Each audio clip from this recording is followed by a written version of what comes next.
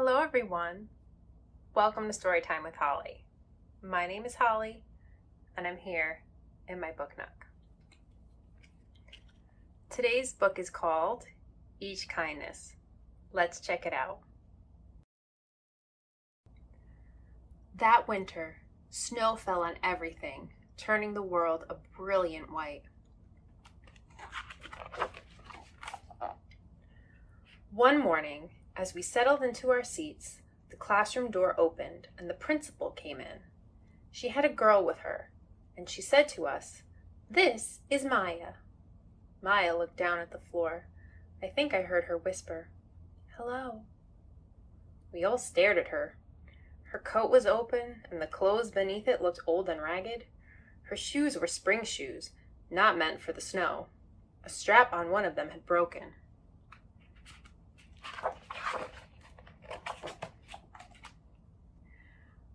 Our teacher, Ms. Albert, said, "Say good morning to our new student," but most of us were silent.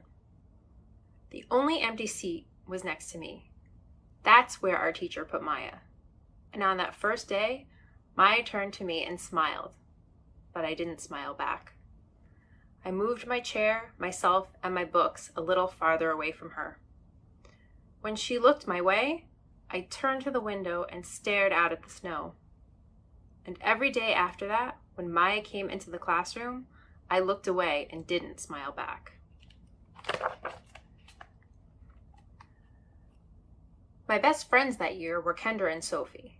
At lunchtime, we walked around the schoolyard, our fingers laced together, whispering secrets into each other's ears.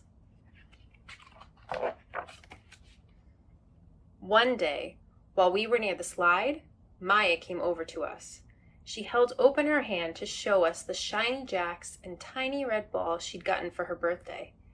"It's a high bouncer," she said, but none of us wanted to play, so Maya played a game against herself.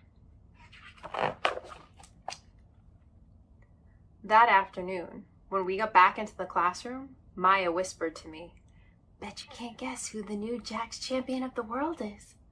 Behind me, Andrew whispered, "Chloe's got a new friend. Chloe's got a new friend." "She's not my friend," I whispered back. The weeks passed. Every day we whispered about Maya, laughing at her clothes, her shoes, the strange food she brought for lunch. Some days, Maya held out her hand to show us what she had brought to school: a deck of cards, pickup sticks, a small tattered doll.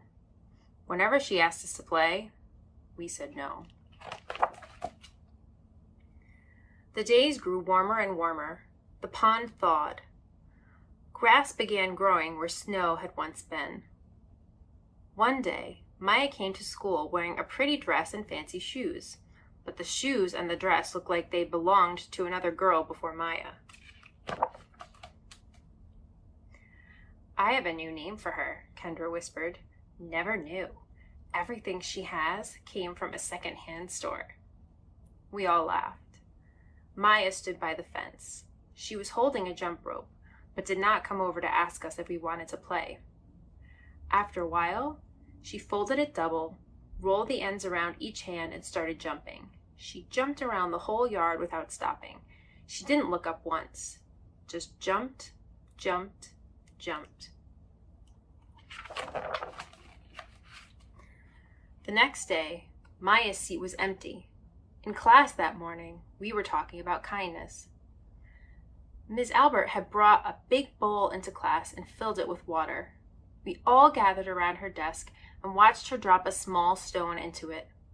Tiny waves rippled out, away from the stone. "This is what kindness does," Ms. Albert said. "Each little thing we do goes out, like a ripple, into the world." Then, Ms. Albert let each of us drop the stone in as we told her what kind things we had done.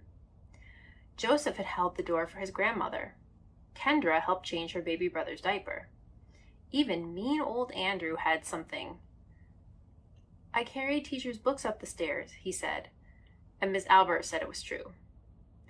I stood there, holding Ms. Albert's rock in my hand, silent. Even small things count, Ms. Albert said gently. But I couldn't think of anything and passed the stone on. Maya didn't come to school the next day, or the day after that. Each morning, I walked to school slowly, hoping this would be the day Maya returned and she'd look at me and smile. I promised myself this would be the day I smiled back. Each kindness, Ms. Albert had said, makes the whole world a little bit better. But Maya's seat remained empty, and one day, Ms. Albert announced to the class that Maya wouldn't be coming back. Her family had to move away, Ms. Albert said. Then she told us to take out our notebooks. It was time for spelling. That afternoon, I walked home alone. When I reached the pond, my throat filled with all the things I wished I would have said to Maya. Each kindness I had never shown. I threw small stones into it over and over, watching the way the water rippled out and away, out and away. Like each kindness, done and not done. Like every girl somewhere, holding a small gift out to someone, and that someone turning away from it.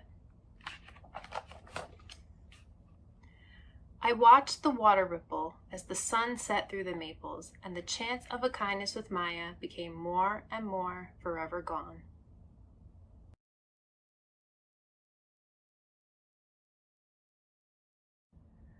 Sometimes we might feel pressure from the people around us to not include people that are new or different. But we need to remember how we would feel if we were that person, and that kindness always ripples out. Thank you for joining me for this week's Storytime with Holly, and I can't wait to see you again next week. Bye!